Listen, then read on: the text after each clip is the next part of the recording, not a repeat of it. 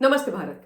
आप सभी लोगों के बीच में एक बार फिर से मैं उपस्थित हो गई हूं। तो निवेदन सबसे पहले मेरा वही कि प्लीज आप सब लोग इस वीडियो को लाइक कीजिएगा, अंत तक देखिएगा, शेयर कीजिएगा और साथ के साथ मेरे यानी आपके अपने चैनल ममता पे न्यूली काले उवाच को सब्सक्राइब करते हुए बेल आइकन को प्लीज जरूर हिट कर दीजिएगा, ताकि जब भी मैं लाइव आऊं, कोई रील या वीडियो अपलोड करूं तो उसकी नोटिफिकेशन आप सभी लोगों को तुरंत मिल जाए।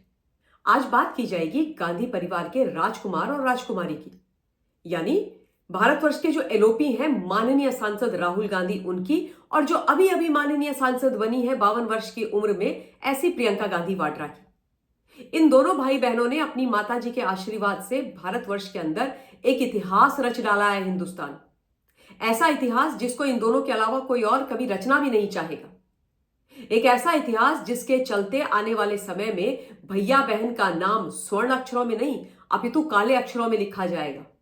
ऐसा इतिहास इन्होंने रचा है जिसके चलते इनको यश नहीं मिलेगा, केवल और केवल अपयश मिलेगा। आप लोग लगातार मीडिया और सोशल मीडिया में आजकल एक खबर सुनते आ रहे होंगे कि भारत के जो उपराष्ट्रपति हैं और जो राज्यसभा के सांसद भी हैं जगदीप धनखड़ जी, उनके खिलाफ कांग्रेस पार्टी माननीय एलओपी के नेतृत्व में अविश्वास प्रस्ताव लेकर के आ रही है। आप लोगों को यह जान करके आश्चर्य होगा कि 72 वर्षों के संसदीय कार्यकाल, या मैं यूं कहूं कि संसदीय इतिहास के अंदर यह पहली बार है जब राज्यसभा के सभापति महोदय के खिलाफ किसी भी प्रकार का कोई अविश्वास प्रस्ताव आ रहा है, उसकी कल्पना भी की जा रही है। बकायदा 71 मेंबर ऑफ पार्लियामेंट्स के अविश्वास प्रस्ताव के ऊपर साइन भी इन लोगों ने करवा लिए हैं। आपको मैं एक छोटी सी चीज और बता देती हूं कि जो भी व्यक्ति इस देश का यानी भारत का उपराष्ट्रपति होता है वही राज्यसभा के सभापति बनते हैं। यह एक नियम है। लोकसभा में क्या होता है, स्पीकर वहां पर चुना जाता है। राज्यसभा में चुनाव नहीं होता है, उपराष्ट्रपति ही सभापति बनते हैं। तो पहली बार इस देश के उपराष्ट्रपति सभापति के खिलाफ किसी प्रकार का अविश्वास प्रस्ताव कोई विपक्षी पार्टी लेकर के आ रही है। आप सोचिए कितना शर्म का यह विषय है, कितना काला यह विषय है। और इसीलिए मैंने बोला कि केवल यही ऐसा इतिहास रच सकते हैं, अर्थ का अनर्थ करने वाला, संसद को शर्मसार तार तार करने वाला। ये लोग तो इस हद तक गिर गए कि इन्होंने अपने आधिकारिक जो हैंडल है कांग्रेस का, उससे सभापति महोदय को चीयर लीडर तलक बुला दिया। मतलब हमारे देश की जो राष्ट्रपति हैं उनको राष्ट्रपत्नी ये बुला देते हैं, सभापति जी को चीयर लीडर बुला देते हैं। आप सोचिए कि संवैधानिक पद पर बैठे हुए लोगों की किस प्रकार से गरिमा को तार तार करने का काम कांग्रेस पार्टी उनके राजकुमार और राजकुमारी कर रहे होते, और फिर ये उम्मीद करते हैं कि इनके खिलाफ कभी कुछ ना बोला जाए। खिलाफ कोई नहीं बोलता है। इनके जो कुकर्म और कुकृत्य हैं, जो गलत कृत्य हैं, संविधान विरोधी, देश विरोधी, उनके ऊपर बात की जाती है। और वो तो भाई हम लोग करेंगे, क्योंकि एंड ऑफ द डे इस देश से ऊपर कोई नहीं है, न गांधी परिवार न कोई और। गलत करोगे तो सुनोगे। अच्छा, अब इस विषय में 2-3 चीजें मैं आपको बताना चाहती हूं। पहला ये कि कई लोगों के मन में यह प्रश्न आ रहा है कि क्या इस प्रकार का अविश्वास प्रस्ताव सभापति महोदय के खिलाफ लाया जा सकता है। क्यों यह अविश्वास प्रस्ताव लाने का प्रयास भी कर रही है, सोच भी रही है कांग्रेस पार्टी, क्यों उन्होंने इसको इनिशिएट किया है 71 एमपीज के माध्यम से सिग्नेचर करवा करके, और क्या कारण है इन सब चीजों का। तो सबसे पहले कि क्या इस प्रकार का अविश्वास प्रस्ताव लाया जा सकता है, तो हां, बिल्कुल लाया जा सकता है, क्योंकि हमारे संविधान का जो अनुच्छेद 67B है वो ये अधिकार देता है कि आप ला सकते हैं सभापति महोदय के खिलाफ अविश्वास प्रस्ताव। लेकिन उसकी 3 शर्तें होती हैं। पहली शर्त यह होती है कि 70 जो मेंबर ऑफ पार्लियामेंट्स हैं उनके सिग्नेचर चाहिए। दूसरी शर्त कि 14 दिन का जो नोटिस है वो सदनों को देना होता है। और तीसरी जो कंडीशन है, शर्त है, वो ये कि लोकसभा और राज्यसभा दोनों जगह इसको पास करवाना होता है। तो इन तीनों शर्तों में से जो पहली शर्त है वो तो कांग्रेस ही पार कर गए, 71 एमपीज के सिग्नेचर ले आए।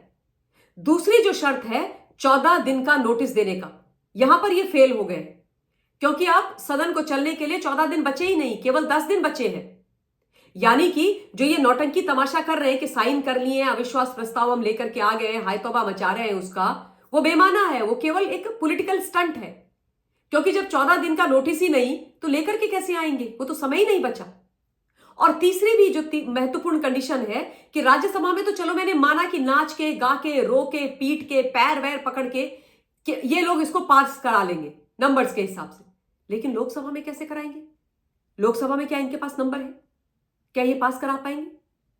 जब ये पारित ही नहीं हो पाएगा, ये 14 दिन का इनके पास समय ही नहीं है इसके नोटिस के लिए, तो फिर ये हाइट ड्रामा क्यों हो रहा है?